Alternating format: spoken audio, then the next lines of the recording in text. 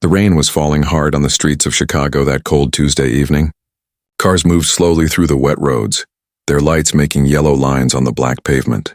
Inside one of those cars sat Seo Yoon Carter, a 28-year-old woman with dark skin and bright eyes. She was driving home from the library where she had spent the whole day working on her research. Seo Yoon was a graduate student studying how hospitals treat different people. She wanted to make healthcare better for everyone. Most people at her university did not know that her mother was a very important doctor.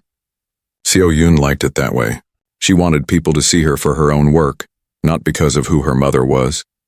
The traffic light ahead turned yellow. Seo Yoon slowed down her old car. She was thinking about the paper she was writing. She did not see the truck coming from the side street.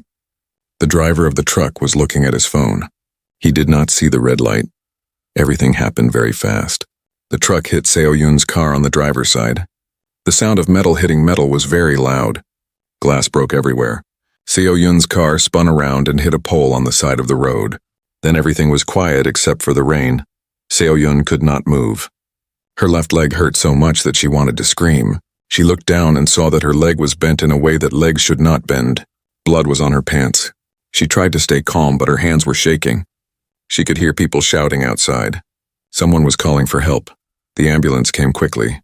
The paramedics were kind and professional. They carefully moved Seo Yoon onto a stretcher. She tried to tell them about her leg, but the pain made it hard to talk. They gave her something for the pain and took her to St. Matthew's Hospital. It was one of the best hospitals in Chicago. At the emergency room, nurses and doctors moved around Seo Yoon very fast. They cut her pants to see her leg better. A young doctor with kind eyes looked at her leg and took x-rays. Seo Yoon heard the doctors talking in serious voices. She heard words like compound fracture and needs surgery right away. A nurse came to Seo Yoon and held her hand. "We are going to take care of you," the nurse said. "Our best bone surgeon is coming to see you. His name is Dr. Park. He is very good at fixing broken bones." Seo Yoon nodded. The medicine they gave her made the pain less, but she could still feel it. She was scared. She had never broken a bone before. She thought about calling her mother but decided to wait. Her mother was always so busy. Seo Yoon did not want to worry her until she knew more about what was happening. About 20 minutes later, a tall man in a white coat walked into the emergency room. He had gray hair and looked like he was in his middle 40s. He walked with confidence like someone who knew he was important. The nurses stood up a little straighter when they saw him. This was Dr. Min-Joon Park, the head of the bone surgery department. Dr. Park walked to the desk and picked up Seo Yoon's medical chart. He read it quickly. His face showed no emotion. Then he walked toward Seo Yoon's bed. But when he got close enough to see her face clearly, something changed. His eyes got hard. His mouth became a tight line. "What is your name?" Dr. Park asked. His voice was cold. "Seo Yoon Carter," she answered. Her voice was weak from pain. "And what do you do, Miss Carter?" Dr. Park asked. He did not look at her when he asked. He was looking at her chart again. "I am a graduate student," Seo Yoon said. "I study healthcare policy."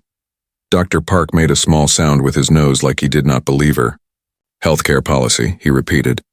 "And do you have insurance?" "Yes, I have insurance through my university," Seo Yoon answered. She was confused. Why was he asking about insurance?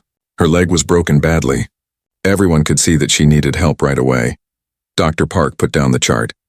He looked at Seo Yoon's leg, but he did not touch it. He did not do the things that doctors usually do when they examine a patient. He just looked. "Your leg is broken," he said. It was like he was telling her something she did not already know. "The x-rays show I need surgery," Seo Yoon said. She was trying to stay calm, but something felt wrong. The way this doctor was looking at her made her uncomfortable. "Maybe," Dr. Park said, "but there are complications we need to consider. Your medical history shows some things that could make surgery risky." Seo Yoon was confused. "What things?" "I am healthy. I run 3 times a week. I have never had any serious health problems." Dr. Park did not answer her question. Instead, he said, "There are also the costs to think about. This kind of surgery is very expensive. University insurance does not always cover everything." A young doctor who was standing nearby looked shocked. Her name was Dr. Ji-Woo Lee, and she was training to be a surgeon. She had been watching everything. She knew that what Dr. Park was saying did not make sense. Seo Yoon's insurance was good. The x-rays showed clearly that she needed surgery immediately. Waiting could make things much worse. "Dr. Park," Dr. Lee said carefully, "the fracture is compound. If we wait, there could be infection or permanent damage." Dr. Park looked at Dr. Lee with angry eyes. "I know how to read an x-ray, Dr. Lee," he said. His voice was sharp. "I have been doing this for 20 years. He turned back to Seo-yun. "We will keep you here tonight and see how things look in the morning. Sometimes these things resolve themselves with rest and stabilization." Seo-yun could not believe what she was hearing. Broken bones do not fix themselves. Everyone knew that. And the pain was getting worse even with the medicine. "Dr. Park, I need this surgery," Seo-yun said. She was trying not to cry. "Please. My leg is broken very badly." "I will decide what you need, Miss Carter," Dr. Park said. He was not looking at her anymore.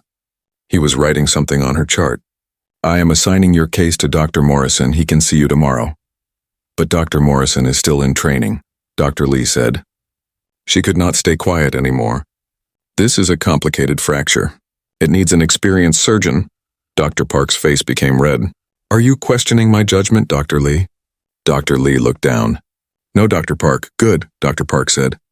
He closed Seo-yun's chart and put it back on the desk. "Give her pain medicine and a splint. I have other patients to see." Then he walked away. Just like that. He left Seo-yun lying there with her broken leg, not caring about her pain or her fear. Seo-yun felt tears on her face. She was not crying because of the pain in her leg. She was crying because she knew what had just happened. She had studied this for years. She had read hundreds of stories just like this one, but reading about discrimination in healthcare was different from experiencing it. Dr. Park had looked at her brown skin and decided she was not worth his time. He had assumed she could not pay. He had made up reasons why she should not get the care she needed. And he did it without shame, right in front of other doctors and nurses. Dr. Lee came to Seo-yun's bedside. She looked very upset. "I am so sorry," she whispered. "That was not right. You need surgery tonight." "I know," Seo-yun said quietly. Before Dr. Lee could say anything else, Seo-yun heard a familiar voice calling her name. She turned her head and saw her best friend Kwang-min Davis running toward her bed. Kwang-min was a tall man with dark skin and worried eyes. He taught history at the same university where Seo-yun studied. "Seo-yun, I just got your message. What happened?" Kwang-min grabbed her hand. Then he saw her leg and his face went pale. "Oh my God, your leg. What are they doing about it? When is the surgery?" Seo-yun looked at him. More tears came down her face. "They are not doing surgery tonight, Kwang-min." The doctor refused. Kwang-min looked confused. "Refused? What do you mean refused? Your leg is clearly broken." "I know," Seo-yun said. "But the doctor said I should wait until tomorrow. He said there were complications." "But there are no complications, Kwang-min." He just looked at me and decided I was not worth helping. Kwang-min's confusion turned to anger. He understood immediately what Seo-yun was saying. "Because you are black," he said. It was not a question. Seo-yun nodded. Kwang-min looked around the emergency room. His hands were shaking with anger. "Where is this doctor? I want to talk to him." "He left," Dr. Lee said quietly. "And even if he was here, talking to him would not help. This is not the first time he has done something like this." Kwang-min and Seo-yun both looked at Dr. Lee with surprise. "What do you mean?" Kwang-min asked. Dr. Lee looked around to make sure no one else was listening. "Dr. Park has a pattern," she said in a low voice. "Some of us have noticed it. He treats patients differently based on how they look. But he is very powerful here. No one wants to speak up against him." Seo-yun closed her eyes. She felt so tired. Her leg hurt. Her heart hurt. She had dedicated her life to studying these problems, and now she was living through one. The irony was bitter. "We need to do something," Kwang-min said. "We cannot let him get away with this. First, we need to take care of Seo-yun's leg," Dr. Lee said. "I will talk to Dr. Morrison. He is young, but he is skilled. He will do the surgery tonight if I explain how urgent it is."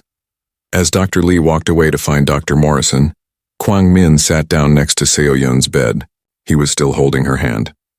"We will fix this," he promised. "Both your leg and what that doctor did." "I promise you." Seo-yun nodded, but she was not sure. She had seen how these things usually ended. Doctors like Park had power and protection. People like her often had to just accept the bad treatment and move on.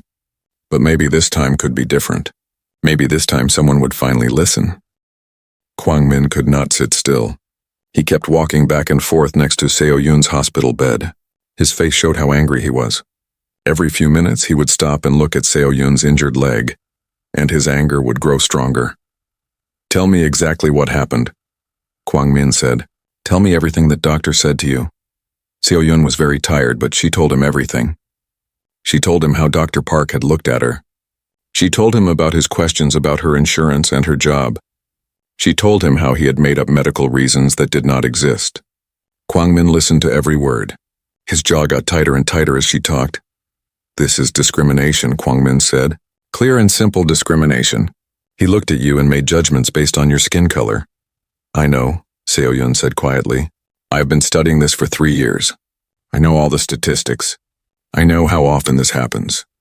But knowing about it and living through it are very different things." A nurse came to check Seo Yun's vital signs. She was an older black woman with gray hair and gentle hands. She looked at Seo Yun's leg and shook her head. "You should be in surgery right now," she said softly. "I have worked here for 15 years. I know a serious break when I see one." "Why is no one doing anything?" Kwang Min asked. The nurse looked around carefully before answering. "Dr. Park is the head of the bone surgery department. He has a lot of power here. His brother-in-law sits on the hospital board. People are afraid to question him, even when he is wrong," Kwang Min asked. "Especially when he is wrong," the nurse said. She finished checking Seo Yun's blood pressure and patted her hand. "But Dr. Lee is a good doctor. She will make sure you get the surgery you need." After the nurse left, Kwang Min pulled out his phone. "I am going to look up this Dr. Park," he said. "I want to know who we are dealing with." He typed the name into his phone and started reading. What he found made him even more angry. "Seo Yun, this man has won awards. He sits on medical boards. He has been featured in magazines as one of the best bone surgeons in the Midwest. How can someone with this reputation treat patients so badly?" "Because no one knows," Seo Yun said. "Or if they know, they do not talk about it. That is how these things work. The powerful stay powerful because people are afraid to speak against them." Dr. Lee came back with another doctor. This was Dr. Morrison, a man in his early 30s with red hair and nervous eyes. He looked very young to be doing major surgery. "Miss Carter, I am Dr. Morrison," he said. "Dr. Lee showed me your x-rays. You definitely need surgery and you need it tonight. I do not understand why Dr. Park said to wait." "I do," Seo Yun said. "But thank you for helping me."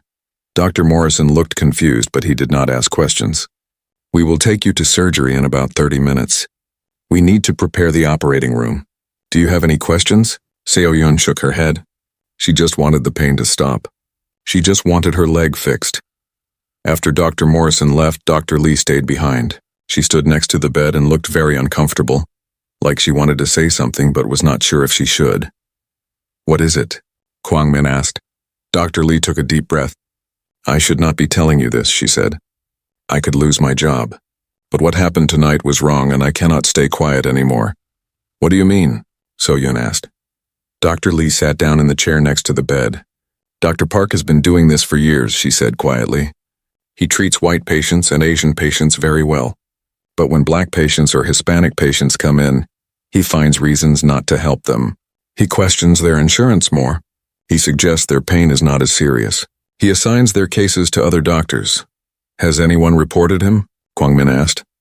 "Some people have tried," Dr. Lee said, "but the complaints never go anywhere. Like I said, his brother-in-law is on the hospital board. The complaints get buried, and Dr. Park is very careful. He never says anything openly racist. He always has medical reasons for his decisions. But those of us who work with him can see the pattern." Seo Yun felt sick. This was worse than she thought. This was not just one bad moment. This was years of discrimination. How many people had suffered because of this man? How many people had not gotten the medical care they needed? "Can you help us?" Seo Yun asked. "Can you document this pattern?" Dr. Lee looked scared. "If I do that, I could lose everything. I am still training. I need Dr. Park to sign off on my certification. He could end my career before it really starts." "I understand," Seo Yun said. "I do not want you to risk your future." Dr. Lee was quiet for a long moment. She looked at Seo Yun's injured leg. She looked at the pain in Seo Yun's eyes. Then she seemed to make a decision. "I have copies of some files," Dr. Lee said. I started keeping them a few months ago because I knew something was wrong. I have statistics on treatment times, pain medication doses, and surgery recommendations. The differences between white patients and patients of color are significant. I was not sure what to do with this information. But maybe now is the time to use it. Are you sure? Seo-Yun asked. This could be dangerous for you. I became a doctor to help people, Dr. Lee said. What kind of doctor would I be if I stayed silent while patients are being harmed? Kwang Min reached out and shook Dr. Lee's hand. Thank you, he said. You are doing the right thing. Dr. Lee nodded and stood up. I need to go help prepare for your surgery, but after you recover, we should talk more about this. After Dr. Lee left, nurses came to prepare Seo-Yun for surgery. They gave her more medicine and started an IV in her arm. Kwang Min held her hand the whole time. I should call your mother, Kwang Min said. She should know what is happening.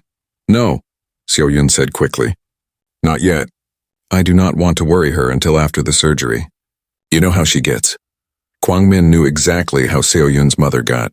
He had met her several times. She was a strong woman who did not accept injustice quietly, but he also knew that Seo-Yun was private about their relationship. Most people did not know who her mother was. Okay, Kwang Min agreed, but you will have to tell her eventually. I know, Seo-Yun said. After the surgery, after I know I am okay. They took Seo-Yun to surgery around 9 o'clock that night. The surgery took 3 hours. Dr. Morrison had to put metal pins and plates in her leg to hold the bones together. The break was worse than they first thought. The delay in treatment had caused some complications. There was swelling and the beginning of infection. When Seo-Yun woke up after surgery, it was past midnight. She was in a hospital room. Her leg was in a cast and elevated on pillows. The pain was less now, but she felt very tired. Kwang Min was asleep in a chair next to her bed. His head was on his arms on the edge of her bed. Seo-Yun looked at the ceiling and thought about everything that had happened. A few hours ago, she had been driving home from the library thinking about her research. Now she was lying in a hospital bed with a broken leg and first-hand experience of the discrimination she had been studying. She thought about Dr. Park. She thought about how easily he had dismissed her. She thought about all the other patients he had probably treated the same way. And she thought about what Dr. Lee had said. This was not just about one incident. This was a pattern. This was systemic. The next morning, Seo-Yun's phone rang. It was her mother calling. Seo-Yun took a deep breath before answering. Hi, Mom, Seo-Yun said. She tried to sound normal. Good morning, baby, her mother said. How are you? I had a strange feeling last night that something was wrong. Seo-Yun's mother always seemed to know when something was wrong. It was like she had a sixth sense about her daughter. Mom, I need to tell you something, Seo-Yun said. But I do not want you to worry too much. I am okay now. What happened? Her mother's voice immediately became sharp and focused. This was not Seo-Yun's mom talking anymore. This was Dr. Hai-Jin Carter, the Surgeon General of the United States. Seo-Yun told her mother about the accident. She told her about the broken leg and the surgery. But she did not tell her about Dr. Park, not yet. She was not ready for that conversation. I am coming to Chicago right now, her mother said. I will be there in a few hours. Mom, you do not need to do that. You are so busy, I am fine. Kwang Min is here with me. I am your mother before I am the Surgeon General, Dr. Carter said. When my daughter is hurt, I come. That is not negotiable. Seo-Yun smiled despite everything. Okay, Mom, I will see you soon. After she hung up, Kwang Min woke up. He stretched and yawned. Was that your mother? He asked. Yes. She is coming here. Did you tell her about Dr. Park? No, I will tell her when she gets here. In person, Kwang Min nodded. He understood. This was not the kind of news you shared over the phone. A different doctor came in to check on Seo-Yun. This doctor was kind and professional. He examined her leg carefully and said the surgery had gone well. But he also said that the delay in treatment had caused some problems. The infection was mild, but it would require antibiotics, and the recovery time would be longer than it should have been. If the surgery had been done immediately after the accident, the outcome would have been better, the doctor said. I am not sure why there was a delay. Seo-Yun and Kwang Min looked at each other. They both knew why there was a delay. After the doctor left, Kwang Min said, You should document everything. Write down exactly what happened. The times, the words Dr. Park used, everything. You are a researcher. You know how important documentation is. Seo-yun spent 3 more days in the hospital. Her mother stayed with her the whole time, sleeping in the uncomfortable chair next to her bed. During the day, Dr. Carter worked on her phone and laptop, handling her duties as Surgeon General. But at night, she was just a mother taking care of her daughter. On the second day, Seo-yun asked her mother to tell her stories. Stories about when she was a young doctor. Stories about the discrimination she had faced. Dr. Carter sat back in her chair and looked out the window. I remember my first day of residency, she began. I was the only black woman in my program. A patient looked at me and asked when the real doctor would arrive. When I told him I was his doctor, he requested someone else. My supervisor made me apologize to him for making him uncomfortable. What did you do? Seo-yun asked. I finished my residency. I became the best doctor I could be. And I documented everything, every incident. Every time I was passed over for opportunities. Every time a patient or colleague said something racist. I kept records of everything. Why did you document it? Seo-yun asked, though she thought she already knew the answer.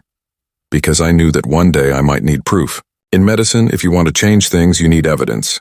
You need data. Stories alone are not enough. You need numbers and patterns and documented cases. Dr. Carter looked at her daughter. That is why what you are doing is so important. You are not just reacting emotionally. You are building a case. Seo-yun nodded. Her mother was right. She needed to be smart about this. She needed to think like a researcher, not just like an angry patient. While she recovered in the hospital, Kwang Min was working. He had taken time off from teaching to help Seo-yun. Every day he came to the hospital with new information. He found 3 other patients who had similar experiences with Dr. Park. One was a black man named Young-soo Martinez. He was a construction worker who had broken his arm on a job site. Dr. Park had questioned whether his injury was really from work or from something else. He had suggested that Young-soo might be trying to get money from workers' compensation. The treatment was delayed by 2 days. Young-soo's arm did not heal properly, and now he had permanent problems with his hand. Another patient was a black woman named Sun-hee Thompson. She had worked as a nurse at St. Matthew's Hospital. She had seen how Dr. Park treated patients of color. When she spoke up about it, she was told she was being too sensitive. Eventually, the hostile work environment became so bad that she quit. She now worked at a different hospital. The third patient was a Hispanic teenager who had been in a car accident like Seo-yun. Dr. Park had treated him, but only after his white parents arrived at the hospital and demanded immediate care. The teenager himself had been made to wait for hours in pain. Kwang Min interviewed all of them. He recorded their stories with their permission. He gathered medical records that showed the delays in their treatment. He built a file of evidence that supported what Dr. Lee had documented. Dr. Lee continued to provide information, but she had to be very careful. She could not let anyone at the hospital know what she was doing. She would meet with Kwang Min in coffee shops far from the hospital. She would bring files hidden in her bag. She was risking everything to do the right thing. One evening, as Seo-yun was getting ready to go home from the hospital, Dr. Lee came to say goodbye. She looked very worried. I heard something today, Dr. Lee said quietly. Dr. Park was talking to another surgeon. He was complaining about difficult patients. He did not say your name, but I think he was talking about you. He said some patients do not appreciate the care they receive. He said some people always want to cause trouble. He knows I might complain, Seo-yun said. Maybe. Or maybe he says these things about every patient of color who questions him. Either way, you should be careful. Dr. Park does not like people who challenge him. After Dr. Lee left, Seo-yun sat on her hospital bed and thought hard. She had a decision to make. She could file a formal complaint with the hospital. She could go through the official channels. But she knew from her research that official complaints often went nowhere. Hospitals protected their senior doctors.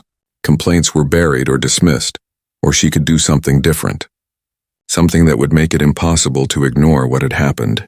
Something that would force people to pay attention. She picked up her phone and started recording a video. She was still in her hospital bed. Her leg was in a cast. She looked tired and hurt, but her eyes were clear and strong. My name is Seo-yun Carter, she said to the camera. I am 28 years old. I am a graduate student studying healthcare policy at Northwestern University. 4 days ago, I was in a car accident. My leg was badly broken. I was taken to St. Matthew's Hospital here in Chicago. She paused and took a deep breath. When I arrived at the emergency room, I was seen by Dr. Minjun Park, the head of bone surgery. He looked at my x-rays. He saw that I needed immediate surgery. But when he saw my face and my skin, something changed. Seo-Yun told the whole story in detail. She included dates and times. She described Dr. Park's words and his tone. She explained how he had questioned her insurance and made up medical reasons to delay treatment. She talked about the complications that resulted from the delay.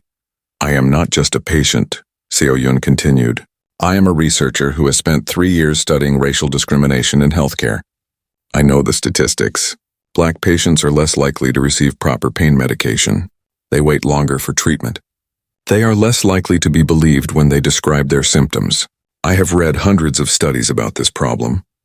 But reading about it is different from living through it." She held up the files that Dr. Lee had given her. "I have evidence that what happened to me was not an isolated incident. Dr. Park has a pattern of treating patients of color differently than white patients. The data shows significant disparities in wait times, treatment recommendations, and medication doses. This is not about one doctor having a bad day. This is about systemic discrimination in our healthcare system." Seo-Yun looked directly into the camera. Her voice was strong. "I am sharing this video because I want people to know that this is still happening.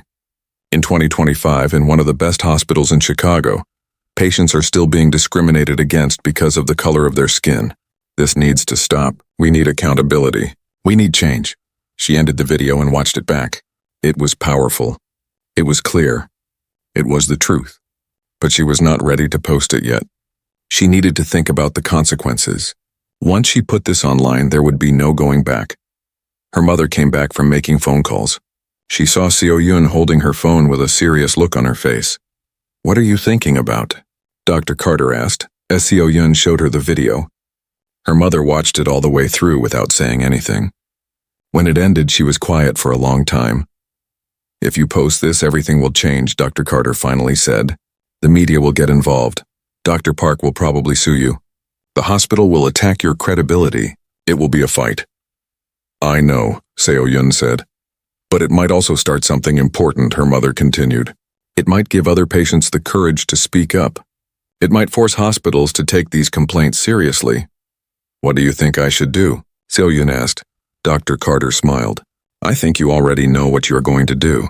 You are my daughter. You do not back down from what is right just because it is hard." Seo-Yun went home the next day. Kwangmin drove her to her apartment and helped her get settled. She could not walk well with the cast on her leg. She needed crutches to move around. But she was determined to be independent. For the next week, Seo-Yun worked on her case from home. She organized all the evidence. She talked to a lawyer who specialized in medical discrimination cases. The lawyer said she had a strong case, but warned her that these cases were difficult to win. Hospitals had expensive lawyers and a lot of resources. Young Sue Martinez and Sun Hee Thompson agreed to speak publicly about their experiences if needed. They were brave but also scared. They knew that speaking out against a powerful doctor could have consequences for them. Seo-Yun also reached out to a journalist named Jae-Won Richards. He worked for a major medical journal and had written several articles about discrimination in healthcare. She sent him an anonymous email with some of the statistics from Dr. Lee's files.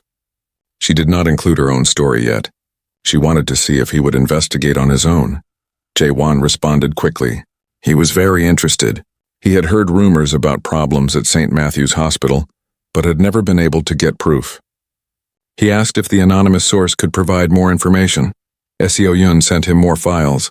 She was careful to remove anything that could identify her or Dr. Lee, but she gave him enough information to show the pattern of discrimination. She gave him names of other patients he could try to interview. She pointed him toward public records he could request. Meanwhile, Seo-Yun's mother was making her own plans. As Surgeon General, Dr. Carter had the power to call attention to national health issues. She had been looking for the right moment to address racial discrimination in healthcare. Maybe this was that moment. But Dr. Carter was in a difficult position. If she spoke about discrimination in healthcare, people would ask if she had personal experience with it. The 3 days before the press conference felt like the longest days of Seo Yun's life. Her video continued to spread across the internet. More and more people were watching it. More and more people were sharing their own stories of medical discrimination. Civil rights organizations began to get involved. The NLACP issued a statement supporting Seo Yun and calling for a full investigation of St. Matthew's Hospital. Other advocacy groups joined in. Medical associations that focused on health equity shared the video and added their voices to the call for change. Jaewon Richards, the medical journalist, published a follow-up article. This time he named Dr. Park directly. He had interviewed 6 patients who all reported similar experiences of discrimination. He included the statistical data about treatment disparities. He also revealed that complaints about Dr. Park had been filed with the hospital before, but had never been properly investigated. The article was damaging. It showed that the hospital administration had known about problems with Dr. Park, but had chosen to ignore them. It raised questions about why a doctor with a pattern of discriminatory behavior had been allowed to continue practicing without consequences. St. Matthew's Hospital tried to control the damage. They held their own press conference. The hospital director, a white man in his 60s, stood at a podium and read a prepared statement. He said the hospital had zero tolerance for discrimination. He said they valued all patients equally. He said they were conducting a thorough investigation. But when reporters asked specific questions, his answers were vague. When asked if Dr. Park had been suspended, he said he could not comment on personnel matters. When asked about the previous complaints, he said he was not aware of them. When asked what changes the hospital would make, he said they would implement new training programs. People watching at home were not convinced. The hospital director seemed more interested in protecting the hospital's reputation than in addressing the real problems. His press conference only made people more angry. Dr. Park finally broke his silence. But he did not apologize or take responsibility. Instead, his lawyers released a statement saying that Dr. Park denied all allegations of discrimination. The statement said that Dr. Park had made medical decisions based only on patient needs and medical evidence. It said that the accusations against him were false and motivated by a desire to damage his reputation. The statement also hinted that Dr. Park might take legal action against people who were spreading false information about him. This was clearly meant to intimidate Seo Yun and others who had spoken out, but the threat did not work. Instead of making people quiet, it made them more determined to speak up. More patients came forward. More stories were shared. The evidence of discrimination became overwhelming. Kwang Min spent hours each day helping Seo Yun manage the response to her video. They organized the information coming in. They connected patients with lawyers who could help them file complaints. They provided resources to journalists who wanted to investigate the story further. Dr. Lee was still helping behind the scenes, but she was more scared than ever. Dr. Park was on a mission to find out who had leaked the information to the press. He was questioning staff members. He was looking at who had accessed certain files. Dr. Lee was terrified that he would discover it was her. "Maybe I should just quit," Dr. Lee said to Kwang Min during one of their secret meetings. "Maybe I should leave before he finds out." "If you quit now, he will know it was you," Kwang Min said. "You need to act normal. Do not give him any reason to suspect you." "I do not know if I can do this," Dr. Lee said. Her hands were shaking. "I have worked so hard to get where I am. I do not want to lose everything." "You will not lose everything," Kwang Min assured her. "When this is all over, you will be seen as someone who did the right thing. You will be respected for your courage." Dr. Lee wanted to believe him, but she knew how the world worked. Whistleblowers were often punished, not rewarded. People who spoke up against powerful institutions often paid a high price. While all this was happening, Dr. Hyejin Carter was preparing for her press conference. She was working with her staff to craft the right message. She wanted to use this moment to launch a national initiative on healthcare equity. She wanted to turn her daughter's suffering into something that could help millions of people. But she was also worried about Seo Yun. She knew that once she revealed their relationship, Seo Yun would face even more scrutiny. People would question her motives. They would say she only spoke up because of her mother's position. They would accuse her of using her privilege to get attention. The night before the press conference, Dr. Carter called Seo Yun. "Are you ready for tomorrow?" she asked. I think so, Seo-yoon said, but I am nervous. Everything is about to get much bigger. It is, her mother agreed. People will say things about us. They will try to discredit us. They will look for ways to dismiss what we are saying. We need to be prepared for that. I know, Seo-yoon said, but we have the truth on our side. We have evidence. We have other victims who support us. Truth does not always win quickly, her mother said. Sometimes it takes time. Sometimes it takes a lot of fighting, but in the end, truth is stronger than lies. Seo-yoon thought about her mother's words after they hung up. She had studied enough history to know that her mother was right. Change was never easy. The people in power never gave up that power without a fight. But throughout history, ordinary people who told the truth had eventually created change. The morning of the press conference, Seo-yoon woke up early. She put on professional clothes and did her hair and makeup carefully. She wanted to look strong and credible. Kwang-min came to her apartment to help her get ready. Her leg was healing, but she still needed crutches to walk. How do I look? Seo-yoon asked. Like someone who is about to change the world, Kwang-min said with a smile. They watched the press conference together on Seo-yoon's laptop. It was being held in Washington, D.C. at the Department of Health headquarters. Reporters from major news outlets filled the room. Cameras were everywhere. Dr. Hyejin Carter walked to the podium at exactly 10 o'clock in the morning. She was wearing a dark blue suit and she looked calm and professional. But Seo-yoon could see the fire in her mother's eyes. She knew that look. It was the look her mother got when she was about to fight for something important. Good morning, Dr. Carter began. Thank you all for being here. I am going to talk to you today about a serious problem in our healthcare system. A problem that has existed for far too long. A problem that costs lives and causes suffering. That problem is racial discrimination in medical care. She spoke for several minutes about the statistics. She talked about studies that showed Black patients were less likely to receive proper pain medication. She discussed research showing that Black women were more likely to die in childbirth than white women. She explained how unconscious bias affected medical decisions and patient outcomes. The reporters listened carefully. This was not new information. The Surgeon General had spoken about health equity before, but something felt different about today. There was a personal edge to her words. These statistics are not just numbers, Dr. Carter continued. Behind every number is a real person, a person who was in pain and was not believed, a person who needed help and was dismissed, a person who suffered because of the color of their skin.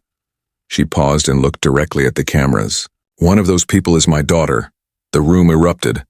Reporters started shouting questions. Cameras flashed. Everyone wanted to know more. Dr. Carter held up her hand for silence. 3 weeks ago, my daughter Seo-yoon was in a car accident. She was taken to a hospital with a serious broken leg. She needed immediate surgery. But the doctor who examined her, after seeing that she was a Black woman, decided to delay her treatment. He questioned her insurance. He made up medical reasons that did not exist. He refused to help her. She clicked a button and Seo-yoon's video appeared on the screen behind her. The reporters watched as Seo-yoon told her story from her hospital bed. When the video ended, Dr. Carter continued. My daughter is not just a patient. She is a healthcare researcher who has spent years studying exactly this kind of discrimination. She documented everything that happened to her. She gathered evidence. And she chose to share her story publicly because she knows that this is not just about one doctor or one hospital. This is about a systemic problem. Dr. Carter then presented more data. She showed statistics from hospitals across the country. She demonstrated that what happened at St. Matthew's was happening everywhere. She made it clear that this was a national crisis that required a national response. Today I'm announcing the creation of a federal task force to investigate discrimination in healthcare, Dr. Carter said. This task force will review complaint procedures at hospitals across the country. It will look at treatment disparities. It will recommend policy changes to ensure that all patients receive equal care regardless of their race. She outlined a comprehensive plan. There would be new reporting requirements for hospitals. There would be mandatory training programs. There would be consequences for medical professionals who engaged in discriminatory practices. There would be support for patients who wanted to file complaints. The weeks following the Surgeon General's press conference were a whirlwind of activity. Seo-yoon's story had sparked a national conversation about racial discrimination in healthcare. But conversations alone do not create change. Actions do. And now it was time for action. The medical board in Illinois formally charged Dr. Park with professional misconduct. The charges included discrimination against patients based on race, failure to provide appropriate medical care, and violation of professional ethics. A hearing was scheduled for 2 months later.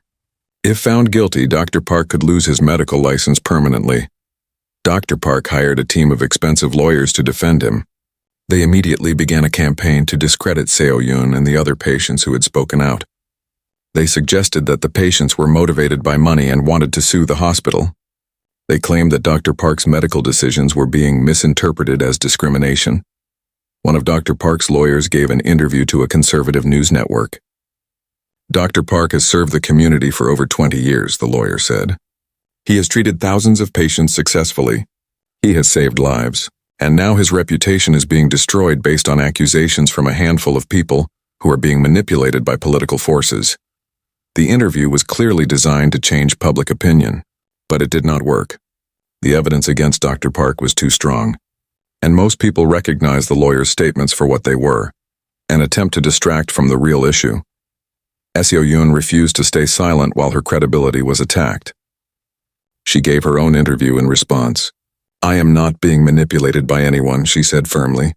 "I am a grown woman with a doctorate degree who can think for herself. I'm not doing this for money. I am doing this because what happened to me was wrong, and because it keeps happening to other people." She looked directly at the camera. "Dr. Park's lawyers want to make this about my motivations. But this is not about me.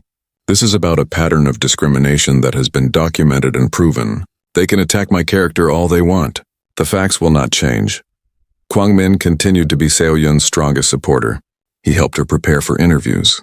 He organized the information she received. He connected her with other activists working on healthcare equity issues. He was there for her on the hard days when the attacks felt overwhelming.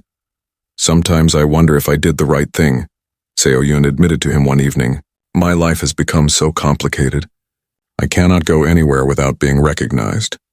People have opinions about me who have never met me, and Dr. Park's supporters are sending me horrible messages online." "You did the right thing," Kwang-min said firmly. "Do not let the trolls and haters make you doubt yourself. Look at what you have accomplished. You have started a movement. You have given voice to thousands of people who suffered in silence. You have forced institutions to change." He showed her his phone. "Look at these messages. These are from patients all over the country who said your story gave them courage to file complaints about their own experiences. These are from medical students who said you inspired them to be better doctors. These are from parents who said they are now better advocates for their children's health care." Seo-yoon read through the messages. They were beautiful and heartbreaking at the same time. So many people had experienced discrimination. So many people had been hurt by a healthcare system that did not value them equally. But they were speaking up now. They were demanding change. The federal task force that Dr. Carter had created was working quickly. They had already identified serious problems at dozens of hospitals across the country. They found that discriminatory practices were not limited to one region or one type of facility. This was a widespread problem affecting the entire healthcare system. The task force issued a preliminary report 6 weeks after the press conference. The report confirmed what advocates had been saying for years. Patients of color consistently received lower quality care than white patients. The disparities existed in every area of medicine, from emergency care to surgery to cancer treatment to maternal health. The report included specific recommendations. Hospitals should be required to collect and report data on treatment disparities. Medical professionals should receive mandatory training on recognizing and addressing bias. Complaint procedures should be strengthened and made more transparent. There should be real consequences for healthcare providers who engaged in discrimination. Dr. Carter held another press conference to announce the report's findings. This time, she was joined by civil rights leaders, patient advocates, and medical professionals who supported the recommendations. "The evidence is clear," Dr. Carter said. "Our healthcare system is failing patients of color. This is not acceptable. We have the knowledge and the tools to fix this problem. What we need now is the will to act." She announced that the Department of Health would be issuing new regulations based on the task force recommendations. Hospitals that received federal funding would be required to comply with these regulations. Those that failed to comply could lose their funding. This was a big deal. Almost every hospital in the country received some federal funding through Medicare and Medicaid. The threat of losing that funding gave the government real leverage to force change. The hospital industry reacted quickly. Some hospital administrators supported the new regulations. They recognized that discrimination was a serious problem that needed to be addressed. They welcomed clear guidelines on how to improve, but other administrators pushed back. They argued that the regulations were too burdensome. They said that collecting data and implementing new training programs would be too expensive. They warned that some hospitals might have to cut services or staff to comply with the requirements. These arguments did not persuade many people. The public had seen the evidence of how patients were being harmed. They were not sympathetic to complaints about the cost of treating patients fairly. Meanwhile, individual patients continued to come forward with their own stories. A website was created where people could share their experiences of medical discrimination. Thousands of stories were submitted. They painted a devastating picture of a healthcare system that routinely failed patients of color. One story was from a black woman who had gone to the emergency room with severe chest pain. She told the doctors she thought she was having a heart attack, but the doctors dismissed her concerns. They said she was probably just having anxiety. They sent her home with instructions to relax. She had a massive heart attack 2 hours later. She survived, but only because her husband called an ambulance and took her to a different hospital. Another story was from a Hispanic man who had been in a serious car accident. When he arrived at the hospital, the staff assumed he was undocumented and did not speak English. They did not provide a translator. They did not explain what was happening to him. He spent hours in pain and confusion, unable to understand why he was not getting proper care. It turned out he was a citizen who spoke perfect English, but because of his appearance and last name, assumptions had been made. These stories and thousands like them showed that what happened to Seo Yoon was not unusual. It was part of a much larger pattern, and that pattern had been allowed to continue for far too long. Dr. Lee, the young surgeon who had provided the initial documentation of discrimination at St. Matthew's Hospital, was still working there. She had managed to avoid suspicion so far, but the stress of keeping her role secret was enormous. She met with Kwang Min at a coffee shop far from the hospital. She looked exhausted. "I do not know how much longer I can do this," she said. "Every day I am terrified that someone will find out it was me who leaked the files." "You have already done so much," Kwang Min said. "No one would blame you if you wanted to step back now." "But there is still more to expose," Dr. Lee said. "I have been watching what is happening at the hospital since Dr. Park was suspended. The administration is trying to make it look like he was the only problem. They are not addressing the systemic issues that allowed him to get away with discrimination for so long." She pulled out a folder from her bag. "Look at this. These are internal memos showing that hospital administrators knew about multiple complaints against Dr. Park, but chose to ignore them. They worried that investigating him would hurt the hospital's reputation. So they protected him instead of protecting patients." Kwang Min looked through the documents. This was explosive evidence. It showed that the hospital's leadership was not just negligent, but actively complicit in covering up discrimination. "This needs to get out," Kwang Min said. "Can I share this with Jaewon Richards?" "The journalist?" Dr. Lee hesitated. She knew that once this information became public, it would be much harder to hide her role as the source. But she also knew that exposing the cover-up was important. "Yes," she finally said. "But please make sure he protects my identity. I am not ready to come forward publicly yet." Kwang Min promised to be careful. He met with Jaewon Richards the next day and gave him the documents. The journalist was shocked by what he saw. "This is huge," Jaewon said. "This shows that the hospital board knew Dr. Park was discriminating against patients and did nothing. They chose to protect their reputation over patient safety." The medical board hearing room was packed with people. Reporters filled the back rows, their cameras ready. Patient advocates and civil rights activists sat in the middle section. In the front were the board members who would decide Dr. Park's fate, along with lawyers for both sides. Seo Yoon arrived early with Kwang Min and her mother. Her leg cast had been removed the week before, but she still walked with a slight limp. She was wearing a simple but professional navy blue dress. She wanted to look credible and serious. Dr. Park was already there with his team of lawyers. This was the first time Seo Yoon had seen him since that night in the emergency room. He looked older and tired. His expensive suit could not hide the stress on his face. When their eyes met briefly, he looked away quickly. The hearing began at 9 in the morning. The chairwoman of the medical board explained the charges against Dr. Park.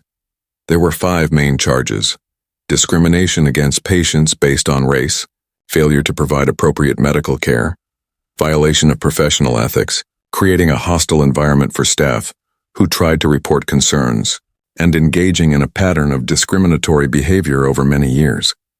Each charge was serious enough to result in the loss of his medical license. Together, they painted a picture of a doctor who had violated the most fundamental principles of medicine. Dr. Park's lead lawyer stood up to give an opening statement. He was a tall man with gray hair and a confident manner. He had been defending doctors in front of medical boards for 30 years. "Members of the board," he began, "my client, Dr. Minjun Park, has dedicated his life to medicine. For over 20 years, he has been one of the most respected bone surgeons in this state. He has performed thousands of successful surgeries. He has taught countless medical students. He has published research that has advanced the field of orthopedic surgery." The lawyer walked slowly in front of the board, making eye contact with each member. "The charges against him are based on misunderstandings and mischaracterizations of routine medical decisions. Dr. Park has never discriminated against any patient. His decisions have always been based on medical evidence and best practices. The attempt to paint him as a racist is not only false, but deeply offensive to a man who has served this community with distinction." It was a strong opening, delivered with confidence, but everyone in the room knew it would be hard to overcome the evidence against Dr. Park. The board's attorney went next. She was a younger woman with sharp eyes and a no-nonsense attitude. "The evidence will show that Dr. Park engaged in a systematic pattern of discrimination that spanned years and affected dozens, if not hundreds, of patients. This was not a matter of a few bad decisions or misunderstandings. This was deliberate, ongoing behavior that violated medical ethics and caused real harm to patients." She outlined the evidence that would be presented: statistical data showing treatment disparities, testimony from patients, testimony from hospital staff, and documentation of complaints that had been ignored. Then the testimony began. The first witness was a data analyst who had examined patient records from St. Matthew's Hospital. She presented charts and graphs showing the differences in how Dr. Park treated white patients versus patients of color. "The disparities are statistically significant," she explained. "Black patients treated by Dr. Park waited an average of 90 minutes longer for pain medication compared to white patients with similar injuries. Hispanic patients were 40% less likely to be recommended for surgery compared to white patients with identical conditions. These differences cannot be explained by medical factors. The only variable is race." Dr. Park's lawyer tried to challenge the analysis during cross-examination. He suggested that there might be other factors that explain the disparities. Maybe patients of color had more complicated medical histories. Maybe they had different insurance coverage that affected treatment decisions. But the analyst was prepared for these arguments. "We controlled for all relevant medical factors, including age, pre-existing conditions, severity of injury, and insurance type. The disparities remained consistent. Race was the determining factor." The next witness was Young-Soo Martinez, the construction worker whose hand had been permanently damaged by delayed treatment. He walked to the witness stand slowly. His injured hand hung stiffly at his side. Young-Soo described what happened the day he was injured on the job. He told how he had been taken to St. Matthew's Hospital with a severe break in his arm. He described meeting Dr. Park and how the doctor had immediately questioned whether the injury was really work-related. "He asked me if I was legal," Young-Soo said, his voice shaking with emotion. "He said he had to ask because of workers' compensation. But I am a citizen. I was born here. He just assumed because of my name and how I look that I must be undocumented." He held up his damaged hand. "I told him I was in terrible pain. I begged him to help me. But he said we needed to verify my insurance first. He said there were questions about my eligibility for treatment. I waited for 2 days before another doctor finally did the surgery. By then, the damage was done. The nerves in my hand were destroyed." Young-Soo looked directly at Dr. Park. "I cannot work anymore. I cannot support my family the way I used to. All because you looked at me and decided I was not worth helping right away." The room was completely silent. Several people were crying. Dr. Park stared down at the table in front of him. Dr. Park's lawyer tried to discredit Young-soo during cross-examination. He suggested that Young-soo was exaggerating what happened. He implied that Young-soo's memory might not be reliable because he had been in pain and on medication. But Young-soo stood firm. "I remember exactly what happened," he said. "I will never forget it. That man right there destroyed my life because of how I look. You can try to make me seem confused or unreliable, but the truth is the truth." The next witness was Sun-hee Thompson, the former nurse. She described the hostile work environment at St. Matthew's Hospital and how staff members who raised concerns about Dr. Park were punished. "I witnessed him treat patients differently based on their race on multiple occasions," Sun-hee testified. "I reported it to my supervisor. I documented incidents in patient files, but nothing was ever done. Instead, I was told I was being too sensitive. I was passed over for promotions. My work was constantly criticized. Eventually, I realized that if I stayed there, my career would be destroyed. So I left." She talked about the toll this experience had taken on her. "I loved being a nurse. I loved working at what was supposed to be one of the best hospitals in the city. But I could not be part of a system that allowed patients to be harmed because of discrimination. It broke my heart to leave, but I had no choice." Several other witnesses testified throughout the morning. Each one added to the picture of Dr. Park as a doctor who systematically discriminated against patients of color while providing excellent care to white patients. During the lunch break, Seo-yoon sat in a private room with her mother and Kwang-min. She was nervous about her own testimony, which would come in the afternoon. "You are going to do great," her mother assured her. "Just tell the truth. That is all you need to do." "What if his lawyer tries to make me look bad?" Seo-yoon asked. "What if he brings up our relationship and suggests I am only doing this because I have power and privilege?" "Then you tell the truth about that too," Dr. Carter said. "You acknowledge that you do have certain privileges, but you also make clear that discrimination is wrong regardless of who experiences it, and that you are fighting not just for yourself, but for all the patients who do not have those privileges." When the hearing resumed after lunch, it was time for Seo-yoon to testify. She walked to the witness stand, trying not to show how nervous she was. She was sworn in and then asked to state her name for the record. "My name is Seo-yoon Carter," she said. Her voice was clear and steady.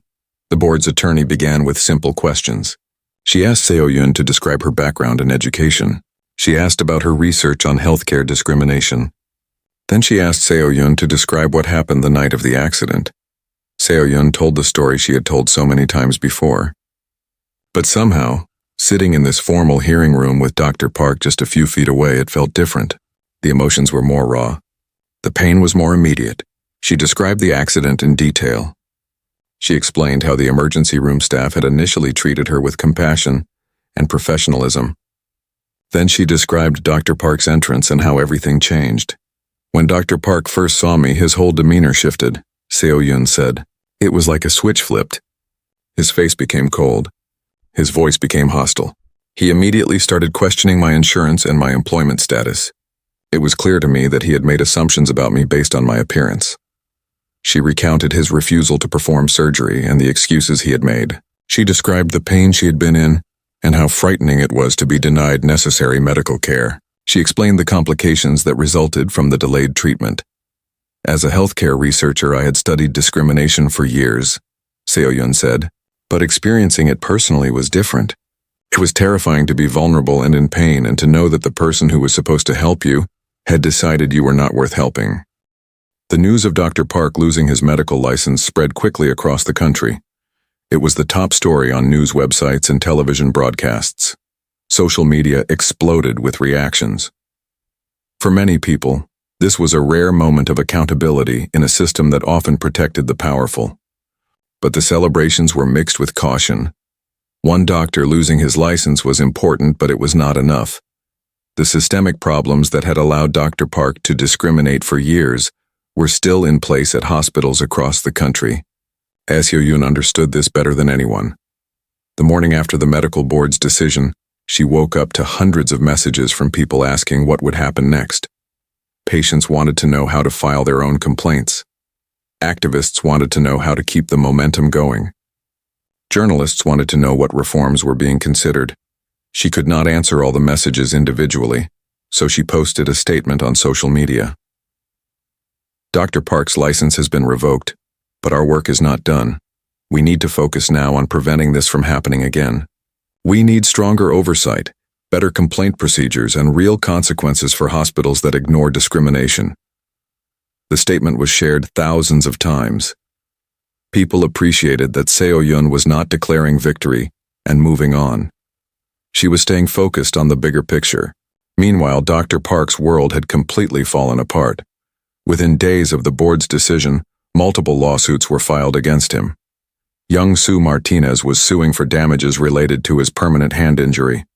3 other patients were filing similar suits. The hospital was also being sued for failing to stop Dr. Park's discriminatory practices. Dr. Park's insurance company initially said they would not cover the lawsuits because discrimination was explicitly excluded from malpractice insurance policies. This meant Dr. Park would have to pay any judgments out of his own pocket. His lawyers estimated he could be facing millions of dollars in damages. His family life was also falling apart. His wife filed for divorce. She told friends that she could no longer stay married to a man who had caused so much harm to vulnerable people. His adult children were not speaking to him. They were embarrassed and angry about what their father had done. Dr. Park's brother-in-law, who had resigned from the hospital board, was also facing legal troubles. Investigators were looking into whether he had actively participated in covering up complaints about Dr. Park. If he had, he could face criminal charges for obstruction of justice. The entire Park family was experiencing the consequences of one man's actions. It was a cautionary tale about how discrimination does not just harm the direct victims. It creates ripples that spread outward, damaging families and communities. St. Matthew's Hospital was also facing serious consequences. The state medical board announced they would be conducting a full investigation of the hospital's complaint procedures and oversight systems. If they found systematic failures, the hospital could lose accreditation or face other penalties. Several major insurance companies announced they were reviewing their contracts with St. Matthew's. If patients could not trust the hospital to provide unbiased care, insurers did not want to send their members there. The hospital was at risk of losing millions of dollars in revenue. The new hospital director was working frantically to implement reforms and restore trust. She hired a consulting firm that specialized in healthcare equity to review all of the hospital's policies and procedures. She met with community leaders and patient advocates to hear their concerns and recommendations. "We know we have a long way to go to earn back trust," the director said in a press conference. "But we are committed to becoming a model for how hospitals should address discrimination and ensure equity in care." She announced several new initiatives. Every staff member, from doctors to janitors, would receive mandatory anti-bias training. A new patient advocate office had been created with real power to investigate complaints. Treatment data would be collected and analyzed monthly to identify any disparities. A community advisory board made up of patients and advocates would have oversight authority. These were good steps, but many people were skeptical. Hospitals often announced reforms after scandals, but then failed to implement them effectively. The real test would be whether these changes lasted and made a real difference. Dr. Ji-Woo Lee, the young surgeon who had testified against Dr. Park, was also facing consequences for her courage. As she had feared, many of her colleagues saw her as a traitor. Some doctors who had been friendly to her before now avoided her in the hallways. She was passed over for a prestigious fellowship she had applied for. Rumors circulated that she would never get a good job because she had turned against a colleague. But Dr. Lee also found unexpected support. Patient advocacy groups praised her courage. Medical students reached out to say she had inspired them. Some senior doctors privately told her they admired what she had done, even if they could not say so publicly. Most importantly, Seo-Yun made sure Dr. Lee knew she was not alone. "You sacrificed a lot to do the right thing," Seo-Yun told her during one of their conversations. "I will never forget that, and I am going to make sure other people do not forget it either." Seo-Yun was true to her word. When she gave speeches about healthcare discrimination, she always mentioned Dr. Lee by name. She praised doctors who had the courage to speak up when they witnessed harm to patients. She made Dr. Lee into a symbol of the kind of medical professional the healthcare system needed more of. Slowly, the narrative around Dr. Lee began to change. She was no longer just the doctor who had betrayed a colleague. She was becoming known as a whistleblower who had protected patients at great personal cost. Job offers started coming in from hospitals that valued ethical behavior. She received invitations to speak at medical conferences about creating cultures of accountability. "I did not know if things would turn out okay," Dr. Lee admitted to Seo-yun. "There were days when I thought my career was over. But it is getting better, and even if my career had been destroyed, I think I still would have done it. Some things are more important than career success." While individual actors were facing consequences, the bigger question was whether systemic change was really happening. The federal task force that Dr. Carter had created continued its work. They had now reviewed practices at over 100 hospitals across the country. What they found was disturbing. Discrimination against patients of color was widespread. The patterns were consistent from hospital to hospital. Black and Hispanic patients waited longer for treatment. They received less pain medication. They were less likely to be believed about their symptoms. They had worse health outcomes even when they had the same medical conditions as white patients. But the task force also found something else. The discrimination was often unintentional. Many doctors and nurses genuinely believed they were treating all patients equally. They did not see their own biases. They did not realize that their assumptions about different racial groups were affecting their medical decisions. This made the problem harder to solve. It was relatively easy to punish obvious discrimination like Dr. Park's behavior. But how do you fix bias that people do not even know they have? The task force recommended a multifaceted approach. First, mandatory training to help medical professionals recognize their own biases. Second, systematic data collection to identify disparities so hospitals could see where problems existed. Third, accountability measures to ensure that hospitals actually addressed the problems they identified. And fourth, patient advocacy systems to give patients more power to challenge unfair treatment. Dr. Carter presented these recommendations in a major speech. "We cannot fix unconscious bias by telling people not to be biased," she said. "We need systems and structures that make discrimination visible and create accountability. We need to build equity into the way healthcare operates, not just rely on individual good intentions." The recommendations were ambitious. Many hospital administrators complained that implementing them would be expensive and complicated. Medical associations worried about increased regulations and oversight. Some doctors felt they were being unfairly blamed for systemic problems. But the momentum for change was strong. Too many patients had shared their stories. Too much evidence had been documented. The status quo was no longer acceptable. Congress began considering legislation based on the task force recommendations. The Healthcare Equity Act, as it was called, would require all hospitals that received federal funding to implement anti-discrimination measures. Hospitals would have to collect and report data on treatment disparities. They would have to create robust complaint procedures. They would face financial penalties if they failed to address documented discrimination. The legislation faced opposition from the hospital industry lobby. They argued it was too heavy-handed and would burden hospitals with paperwork and regulations. They claimed that discrimination was not as widespread as activists claimed, but polls showed that the vast majority of Americans supported the legislation. People wanted to know that they would be treated fairly when they sought medical care. They wanted accountability for hospitals and doctors who discriminated. 1 year had passed since the night that changed everything. Seo-yun stood in front of a mirror in a hotel room in Chicago, adjusting her dress. Tonight she would receive an award for her work on healthcare equity. It was a fancy event with hundreds of people attending. She still felt uncomfortable being the center of attention, but she had learned to accept that her story had made her a public figure. Kwang Min knocked on the door and came in carrying a bouquet of flowers. "These just arrived for you," he said. "From a patient in Texas who said your advocacy helped her file a successful complaint against her doctor." Seo-yun smiled and smelled the flowers. Messages like this were what made all the hard work worthwhile. The Healthcare Equity Act had become law 8 months ago. Since then, hospitals across the country had been implementing new policies and procedures.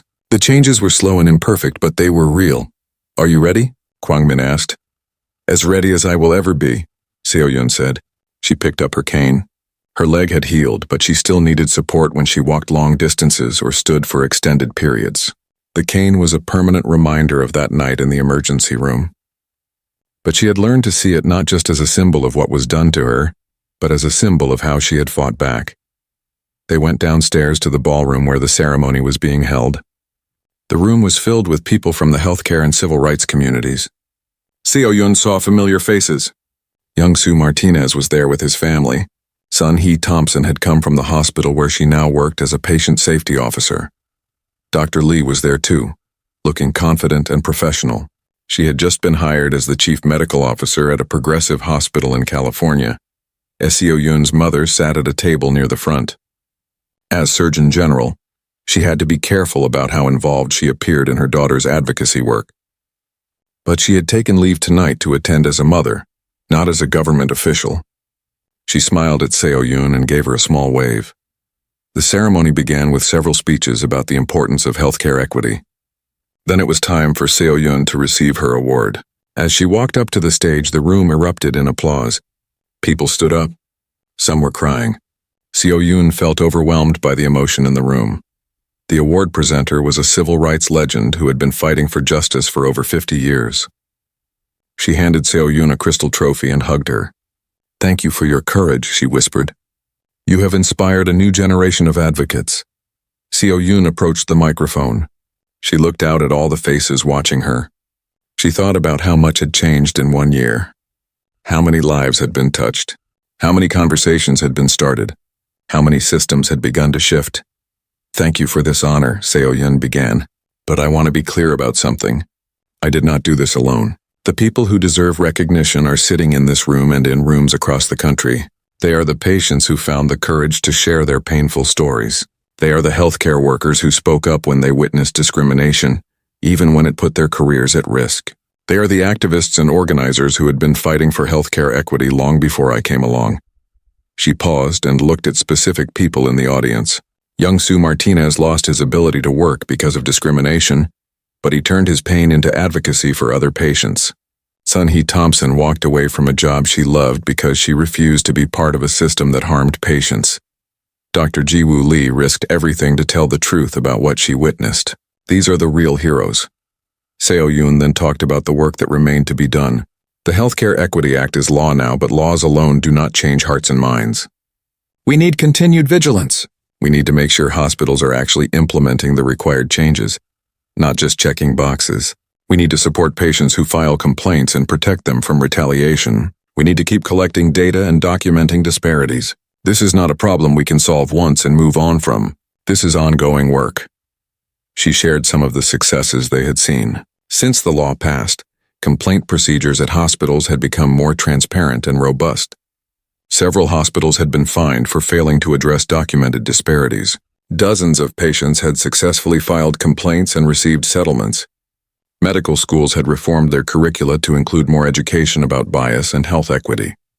But we have also seen resistance, Seo Yun continued. Some hospitals are trying to find loopholes in the law.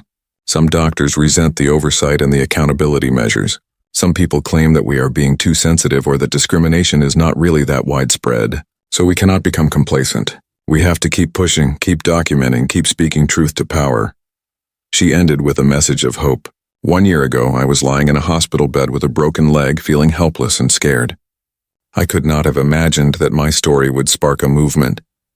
I could not have imagined that we would actually pass federal legislation. I could not have imagined standing here tonight receiving an award. But here we are, and if this much can change in 1 year, imagine what we can accomplish in 5 years or 10 years or a generation. Change is possible. Justice is possible. We just have to keep fighting for it. The applause was thunderous. Seo Yun walked back to her seat feeling emotionally drained but also energized. This was why she did this work. To inspire hope. To show people that speaking up made a difference. After the ceremony, there was a reception. Many people came up to Seo Yun to share their own stories or to thank her for her advocacy. A young black woman who was in medical school said that Seo Yun had inspired her to focus her career on health equity. An elderly Hispanic man said that because of the new law, his doctor had finally taken his pain seriously. A nurse said she had reported bias she witnessed because of the protections now in place for whistleblowers. Each story reinforced for Seo Yun that the work had been worth it. The pain, the public scrutiny, the attacks on her credibility, the exhaustion. All of it had led to real change that was helping real people. Seo Yun noticed someone standing alone near the back of the room. It took her a moment to recognize him. It was Dr. Park. He was wearing simple clothes, not the expensive suits he used to wear. He looked nervous and out of place. Seo Yun was surprised. She had not invited him. She had not expected to see him here. For a moment she considered just ignoring him and walking away, but something made her walk over to him. "Dr. Park," she said. Her voice was neutral, giving nothing away. "Miss Carter," he replied. He could not look her in the eyes. "I hope you do not mind that I came. I read about the ceremony in the paper. I wanted to see you receive this recognition. You deserve it. What are you doing here?" Seo Yun asked. It was not an accusation, just a genuine question. "I have been volunteering at the free clinic full-time now," Dr. Park said. "I cannot practice medicine anymore, but I can help in other ways. I help patients navigate the healthcare system.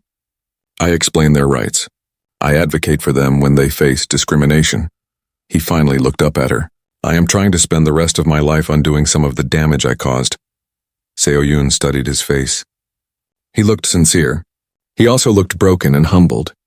This was not the arrogant surgeon who had refused to treat her a year ago. This was a man who had lost everything and was trying to build something new from the ruins. "I saw your video," Seo Yun said. "Your apology. I meant every word," Dr. Park said. "I know that does not fix anything. I know you probably do not forgive me, but I needed you to know that I understand what I did was wrong, and I am trying to be a different person." Seo Yun was quiet for a moment. She thought about forgiveness and accountability and redemption. These were complicated concepts that did not have easy answers. "I appreciate you taking responsibility," Seo Yun finally said. "That is more than many people do. But forgiveness is not something I am ready to offer. Maybe someday, maybe never. I do not know yet." "I understand," Dr. Park said. "I am not asking for forgiveness. I am just trying to do better." "Then keep doing the work," Seo Yun said. "Keep helping patients. Keep speaking about your experience so other doctors can learn from your mistakes. That is more valuable than apologies." Dr. Park nodded. "I will, and Miss Carter, thank you for what you have done. I know that sounds strange coming from me, but because of you, doctors across the country are examining their biases. Medical schools are changing how they teach. Patients have more protections. You turned something terrible into something meaningful. That takes real courage." He turned to leave, but Seo Yun called out to him. "Dr. Park, the clinic you volunteer at, do they need donations or volunteers?" He looked surprised. "Yes, we always need both. I will have the Healthcare Equity Alliance reach out to them," Seo Yun said. "We should support facilities that serve vulnerable populations."